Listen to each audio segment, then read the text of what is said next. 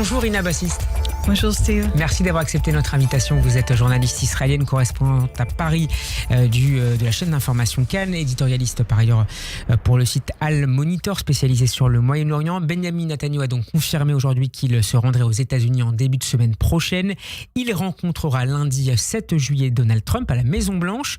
Ce sera leur première rencontre depuis l'annonce du cessez-le-feu entre Israël et l'Iran. Sur le plan diplomatique, qu'il s'agisse de Gaza ou d'un accord de sécurité avec la Syrie, Rina Bassiste, cette visite sera-t-elle nécessairement l'objet d'annonces importantes et concrètes ? Bon, d'abord, cette visite, c'est une sorte de visite de victoire. Après, d'abord, les frappes israéliennes depuis le 13 juin et après, le fait est que le président Trump se rejoint à cette frappe frappant les 3 sites nucléaires. Là, tout de suite, en fait, après cette frappe américaine, il y avait le bureau de M. Netanyahu a exprimé la volonté d'avoir cette visite, justement. Donc, on va voir cette photo de président Trump à côté du Premier ministre Netanyahu, fêtant en quelque sorte tout ce qu'ils ont réussi à accomplir vis-à-vis l'Iran. Donc, il y a d'abord un premier objectif de communication politique. Exactement. Donc, ça, c'est un premier objectif politique de la part de Netanyahu, marquer en fait tout ce qui s'est passé, retirer les profits aussi au niveau international. Mais à part de ça, vous avez bien dit, il y a 2 sujets qui sont sur la table et ce sont les 2 sujets qui sont discutés aussi aujourd'hui entre les ministres des Affaires stratégiques Ron Dermer et avec ses homologues américains, avec le secrétaire d'État Marco Rubio. On sait qu'il va aussi voir l'envoyé spécial Steve Witkoff. Ils vont parler d'abord d'un possible accord pour le relâchement des otages, cette fameuse compromis de Steve Witkoff, et aussi la possibilité peut-être d'avancer un accord sécuritaire avec la Syrie. Alors le ministre, vous le disiez, le ministre israélien des Affaires stratégiques Ron Dermer, qui est proche de Benjamin Netanyahu, qui a été ambassadeur à Washington, est dans le pays depuis hier. On lit que son message principal est de convaincre les États-Unis de faire pression sur le Qatar pour que le Qatar fasse pression ensuite en retour sur le Hamas pour obtenir un accord de cessez-le-feu, la libération des otages. Est-ce que c'est également ce qui vous revient, Rina Bassiste ? Bon, forcément, pour arriver à un accord, il faudra la pression sur les 2 côtés.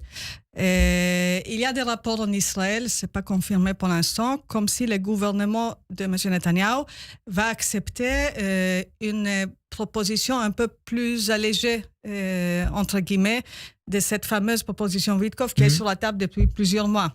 La proposition originale parle de relâchement de 10 otages, déjà la première journée, 10 otages vivants et après aussi certains corps des otages. Là, a priori, si on croit les médias, il y a une autre proposition selon laquelle il y aura le relâchement de 8 otages le premier jour et 2 autres otages 3, 4, 5 semaines plus tard.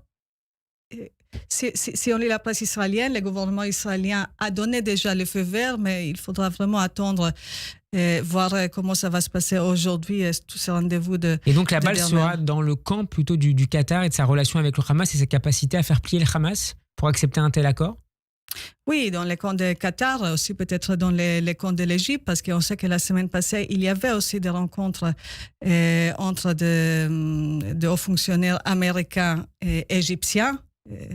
On peut croire que c'est pour la même cause. Et le Hamas a dit ce matin, il n'y a pas d'accord planifié pour l'instant pour une rencontre en Égypte.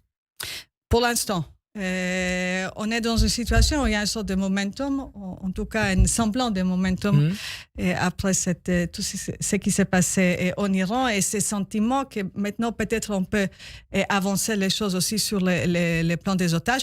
Et il faut dire aussi que M. Netanyahu, depuis la fin des opérations en Iran, il est sur une pression énorme côté israélien, non seulement la crainte pour la vie des otages, les rapports comme s'ils subissent des tortures même plus graves qu'avant, mais aussi le fait est que le mois de juin était le mois le plus meurtrier depuis très très longtemps.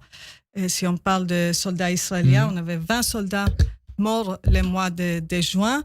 Et il y a des voix en Israël, même au sein de la droite israélienne, qui dit là, on ne peut plus, il faut vraiment arriver à un accord sur Gaza. On reviendra sur Gaza dans quelques instants. Concernant la Syrie qu'on évoquait pendant l'ouverture de ces interviews, on évoque un éventuel accord de sécurité, un accord technique avec Israël qui prévoirait un retrait israélien de la zone tampon occupée par Tsahal depuis la chute du régime de Bachar el-Assad à l'hiver, sur la base de l'accord de cessez-le-feu de 1974, signé après la guerre du Kippour. Les Israéliens, ils sont prêts sur le plan sécuritaire? Exactement, vous avez parlé de cet accord qui était signé après la guerre de 1973, donc en 1974. Et cet accord, Israël, au moment où Assad est tombé, Israël a dit cet accord pour nous, il n'existait plus parce que c'est lui qui est en face. On ne connaissait pas encore Ashara, mais même avec lui, on ne sait pas s'il était engagé ou s'il est engagé par rapport à cet accord. Donc, l'idée vraiment, c'est revenir à quelque chose qui ressemble à ça. Cet accord prévoit justement qu'il y aura cette zone de tampon qui sera démilitarisée. Et ça, c'était quelque chose que, en fait, le régime d'Assad n'a pas vraiment respecté. Et donc, d'abord, il faut que ça soit respecté. Et avec d'autres, peut-être garanties, par exemple, garanties pour la sécurité des Druzes, des communautés druzes, c'est très important pour Israël. Israël s'attend aussi qu'il y aura une sorte de geste de confiance, si vous voulez. Et ce qu'Israël aimerait bien, c'est bien sûr récupérer les dépouilles d'Eli Cohen. Ça sera vraiment un signe de la part des autorités syriennes intermédiaires, comme si eux aussi, ils cherchent peut-être pas la paix, mais quand même un accord qui va amener une certaine sécurité et calme dans la région. Côté syrien, une partie de l'entourage du président par intérim Ahmed al-Shara, proche de la Turquie, s'inquiéterait, c'est ce qu'on lit également dans la presse, qu'un accord avec Israël sous l'égide des Américains fasse la part belle aux Saoudiens au détriment d'Ankara. Rina Bassist, est-ce que ce qui se joue derrière cet accord, c'est aussi la question des influences des puissances régionales dans un Moyen-Orient en pleine reconfiguration? Oui, bien sûr, parce que il y a la carte saoudienne, on connaît très bien aussi l'implication de la Turquie dans la région. Mais là, quand même, on est dans une situation où cette semaine, les Américains, ils ont levé les sanctions. Maintenant, en Israël, on n'était pas très content de ça parce que le gouvernement israélien et Tsahal, tout le monde a espéré que ça sera une carte, justement, que l'administration Trump va garder pour plus tard pour mettre la pression sur Ahmed al-Shara à accepter un certain accord sécuritaire. Ce n'était pas fait parce que les sanctions sont levées. Mais là, on voit d'une certaine façon un retour des Américains en détriment peut-être la grande influence qu'on a vue ces dernières semaines des Saoudiens, peut-être même aussi des Turcs. Les Américains sont là, ils ont levé les sanctions, c'est quelque chose d'extrêmement important pour Ahmed al-Shara. Il a besoin de ça pour reconstruire son pays. Et peut-être après ces grands gestes de l'administration Trump, il sera plus susceptible aussi de discuter de façon profonde et honnête un accord avec Israël. Par ailleurs, on évoque la signature d'un accord de libre-échange entre Israël et les États-Unis à l'occasion de cette visite de Benjamin Netanyahou la semaine prochaine. Oui, c'était très intéressant dans l'annonce que M. Netanyahou, son bureau, a fait pour dire qu'il va partir aux États-Unis. Il a dit qu'à côté de tous les ministres qu'il va voir, si c'est le ministre de la Défense, si c'est le ministre des Affaires étrangères, bien sûr le président et le vice-président et l'envoyé spécial Steve Witkoff, il va aussi voir le secrétaire d'État chargé de commerce extérieur, justement pour discuter un tel accord. Pourquoi c'est important? On se souvient très bien. La dernière fois quand M. Netanyahou était à la Maison-Blanche, il est parti de façon très précipitée. Justement, c'était après la décision américaine sur les tarifs. Israël était absolument dans une situation de choc. Et quand le président Trump a annoncé qu'Israël était concerné avec 17%, c'est énorme. C'était quelque chose d'extrêmement pas agréable, désagréable pour le gouvernement Netanyahou. Et d'ailleurs, quand il est arrivé à la Maison-Blanche, justement pour discuter cela, on se souvient très bien, c'était pas vraiment discuté. Il y avait l'annonce sur les négociations entre les Américains et l'Iran et la question des tarifs et les relations économiques entre les deux pays.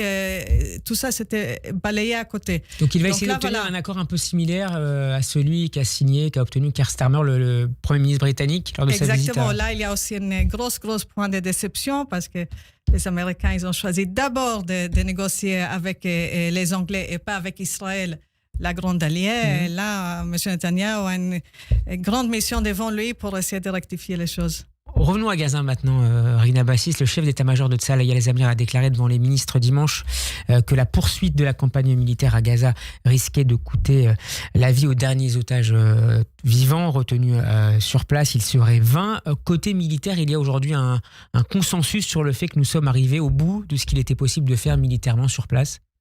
Disons, on peut toujours continuer. J'imagine qu'il y a encore des tunnels, il y a encore des cellules de Hamas qui sont actives. Mais le prix à payer, il est absolument phénoménal et terrible. Est-ce que ça vaut la peine? C'est ça la grande question.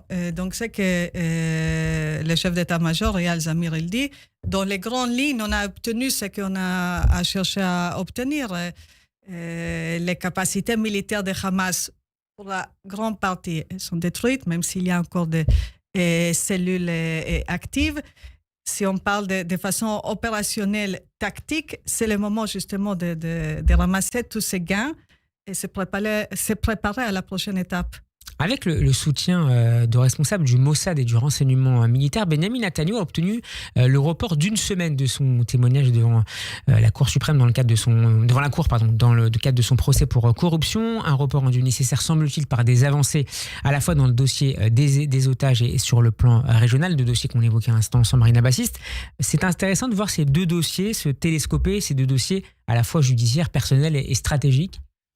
Ah, absolument. Et d'ailleurs, il a demandé 2 semaines, il a obtenu juste une. Mais au fil de ce procès, il a utilisé cette stratégie plusieurs fois.